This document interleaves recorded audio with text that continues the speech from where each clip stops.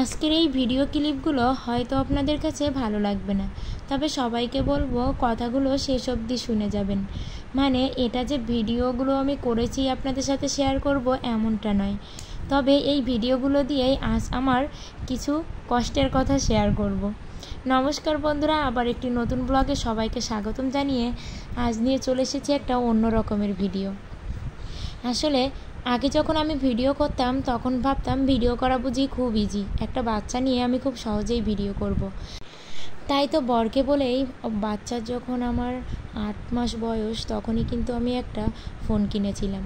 আর phone কিনে ভেবেছিলাম ছোট বাচ্চাদের যেরকম ভিডিও ছাড়ে ওরকমই করব। তবে একা হাতে বাচ্চা সামনে সব কাজ করে না তেমন ভিডিও ছাড়তে পারতাম না। আর ভগবান বুঝি সব কিছুই আমাকে একটু দেরিতে দেয়, তাই তো আজ 2 বছর হতে গেল, এখনও কিন্তু আমি আমার চ্যানেলে মনিটাইজেশন পেলাম না।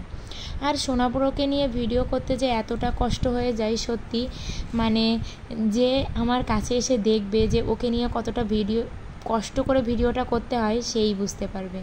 মানে ও না, মানে বয়স হিসেবে ও অনেক বেশি কথা বলতে পারে এবং ওর কথা না কোথাও বাঁধে না, মানে বড় বড় ডায়লগগুলো ওর বাঁধে না। কিন্তু ওর একটাই প্রবলেম, ওকে যদি কিছু শিখিয়ে দেই ও না ইয়ার্কি করে সেই কথাগুলো বলতে চায় না।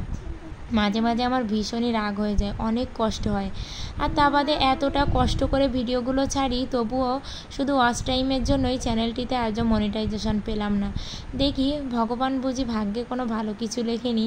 তারপরে আবার অনেকটা ভরসা করেই এগিয়ে যাচ্ছি, অনেকটা আশা রেখে যে সে চাইলে অনেক কিছুই হতে পারে। সে হয়তো বা একটু ভালোই ভাবছে যে আমাকে একটু দেরিতেই ফলটা দেবে, তাই সে অবশ্য দেরি করে আমাকে ফলটা দিচ্ছে। আর আপনারা এই ভিডিওগুলো একটু খেয়াল করবেন যে এক একটা শর্ট ভিডিও করতে, এক একটা 15 সেকেন্ড 20 সেকেন্ডের ভিডিও করতে তার পিছনে অন্তত আমাকে 15 থেকে 20 মিনিটের বেশি খরচ করতে হয়। মানে তাকে ডায়লগ শেখাবো, সে একটু বলবে আবার চলে যাবে, তাকে ধরবো, এভাবে ধরে ধরে দাঁড় করাবো, আমি ঠিক যেভাবে শেখাবো সে তার উল্টো বলবে। সে এতটা দুষ্টুমি করে। তারপরেও অনেক আশা নিয়ে আপনাদের সবার ভালোবাসা পাবো বলেই এই প্ল্যাটফর্মে ভিডিও করতে আসা।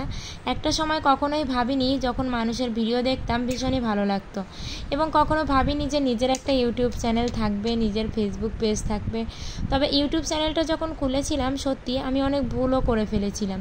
শুরুতে যখন চ্যানেলটাতে আমার শর্টে ভালোই ভিউ আসছিল, আমি হঠাৎ করে দেখি আমার বড় ভিডিওতে কোনো ভিউ নেই, ওয়াচ টাইমও হচ্ছে না।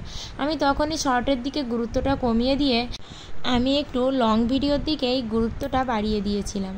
আর তাতেই শর্ট ভিডিওটা একটু ডাউন খেয়ে তারপরে থেকে শর্টে আমার ভিউ আসা একদমই কমে গিয়েছে। আর সোনাবুড়োকে নিয়ে না ভিডিও করতে অনেক কষ্ট হয়ে যায়। তারপর আমি লংয়ে একটু ভিউ আনলেও ওয়াচ টাইম সেভাবে হয় না, কারণ কি আমার ভিডিওতে তো বেশি ভিউ আমি আনতে পারি না, এই কারণে। আর সোনাবুড়োকে নিয়ে ভিডিও করতে গেলে এমনও হয় আমি ঠিক টাইমে ভিডিওটা ছাড়তেও পারি না। আবার ও এতটা জ্বালাতন করে যে ওর জন্য না আমি ভয়েসটাও ঠিকঠাক দিতে পারি না। এমনও সময় আমার গিয়েছে, এখনও যায়, যে ওকে ব্রেস্ট ফিডিং করাচ্ছি আর অন্যদিকে মানে আমি এরকম ফোনটা হাতে রেখে ভয়েস দিচ্ছি, এডিট করছি। আগে যখন ভাবতাম ভিডিও করাটা ইজি, এখন ভিডিও করতে এসে বুঝি যে এডিট করা একটা ভিডিওর পিছনে কতটা খাটনি। আর এই যে এখন ভয়েস দিচ্ছি সেও কিন্তু পাশে বসে দুষ্টুমি করতেই আছে।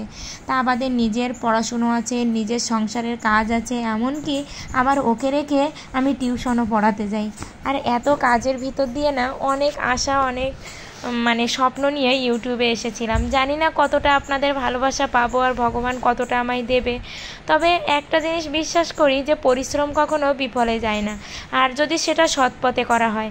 আমার এই পরিশ্রমটা আমি করেই যাচ্ছি, দেখি ভগবান কখনো আমাকে ফলটা দেয় কি না।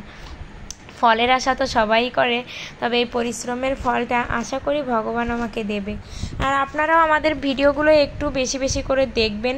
আমার সোনাবুড়ো কিন্তু সোনাবুড়োর অনেক মজার ভিডিও দেব আপনাদের সামনে।